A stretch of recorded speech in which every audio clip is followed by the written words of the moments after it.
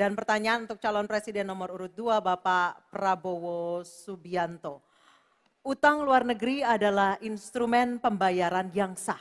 Namun ada risiko intervensi kedaulatan oleh negara pemberi utang. Pertanyaannya, apa kebijakan paslon untuk menghindari intervensi kedaulatan Indonesia akibat utang yang terus bertambah? Waktu menjawab 2 menit Pak Prabowo, kami persilahkan. Baik, mengenai utang luar negeri, ternyata Indonesia sekarang, hutang luar negeri kita sebagai rasio perbandingan terhadap produk domestik bruto kita, salah satu terendah di dunia. Jadi masih kita sekitar berada di sekitar 40%, sedangkan banyak negara jauh di atas kita. Kedua, kembali lagi dengan manajemen yang prudent, pengelolaan yang baik, dan dengan strategi ekonomi yang tepat, terutama dengan hilirisasi, di mana kita bisa mendapat keuntungan sebagai bangsa, ini memperkuat posisi tawar kita. Jadi saya kok tidak terlalu khawatir negara lain mau intervensi kita soal hutang.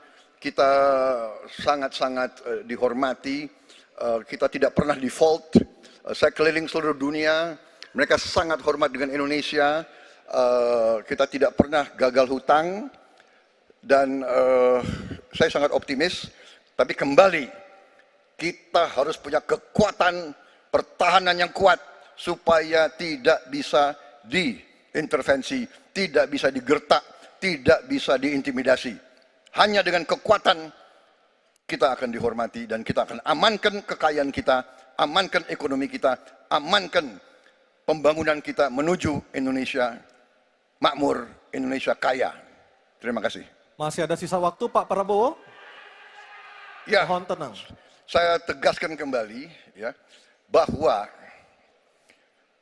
pelajaran sejarah manusia yang lemah akan selalu ditindas. Kita lihat saja apa yang terjadi di Gaza. Kita tidak boleh lemah, kita tidak boleh waktu habis. Dilindas oleh bangsa lain. Pak Prabowo, kami persilahkan kepada calon presiden nomor urut 1, Bapak Anies Baswedan untuk menanggapi jawaban dari capres nomor urut 2 dalam waktu. Oke, silakan Anissa. Baik, selanjutnya capres nomor urut 2, jawaban capres nomor urut 2 akan ditanggapi oleh calon presiden nomor urut 3, Bapak Ganjar Pranowo. Kami persilakan Bapak, waktu Anda 1 menit. Kita membaca buku Convention of Economic Hitman dari John Perkin, bahwa hutang-hutang itu memang bisa mematikan. Maka hati-hati kalau mau hutang.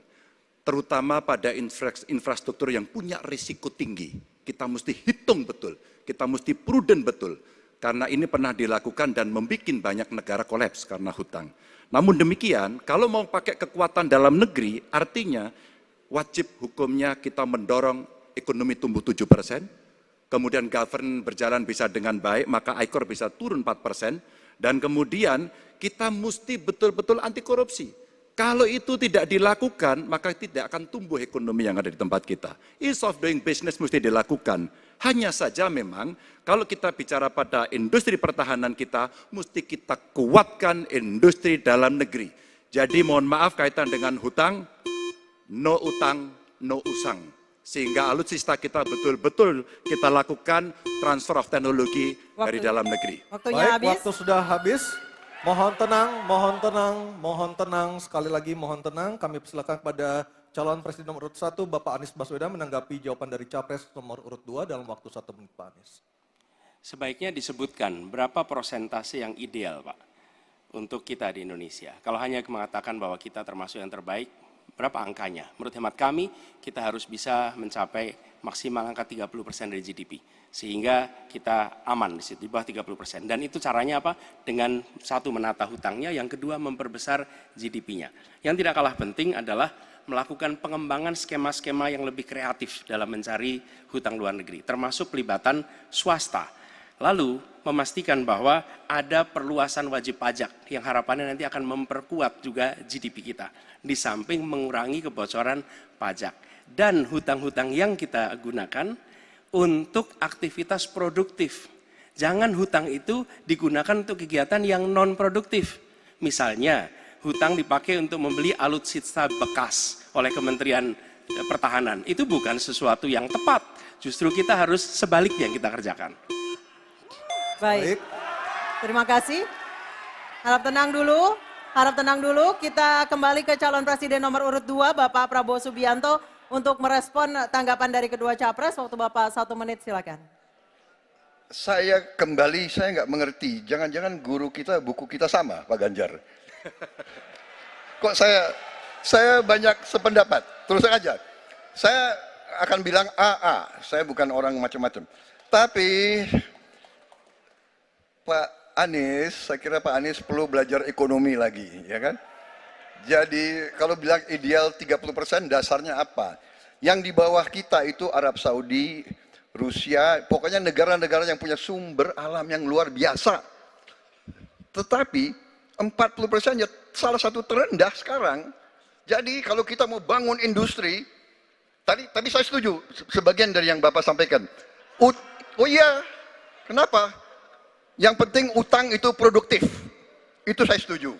Tapi kita bisa sampai 50%, tidak ada masalah.